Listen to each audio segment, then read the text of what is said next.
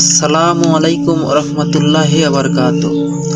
আলহামদুলিল্লাহি রাব্বিল আলামিন। আসসালাতু আসসালামু আলাইকা ইয়া রাসূলুল্লাহ। Hello everyone. ওসমান হাদি ভাইয়ের গুলিবিদ্ধ হওয়ার ঘটনা প্রমাণ করে যে সমাজে চিহ্নিত সন্ত্রাসীদের হাতে বিপুল পরিমাণ অস্ত্র রয়েছে। সুষ্ঠু নির্বাচনের স্বার্থে অবৈধ অস্ত্র উদ্ধার ও সন্ত্রাসীদের পাকড়াও করা নির্বাচন কমিশনের প্রধানতম দায়িত্ব। যদি এই কাজে কোনো ধরনের শিথিলতা প্রদর্শিত হয়, তাহলে সুষ্ঠু নির্বাচনের বুলি একেবারেই ফাঁকা বলে প্রমাণিত হবে। জনগণের জীবন ও নিরাপত্তা ও শৃঙ্খলা যে কোনো মূল্যে নিশ্চিত করতে হবে। নির্বাচন কমিশন এ ধরনের পদক্ষেপ নিলে জনগণ তাদের পাশে দাঁড়াবে।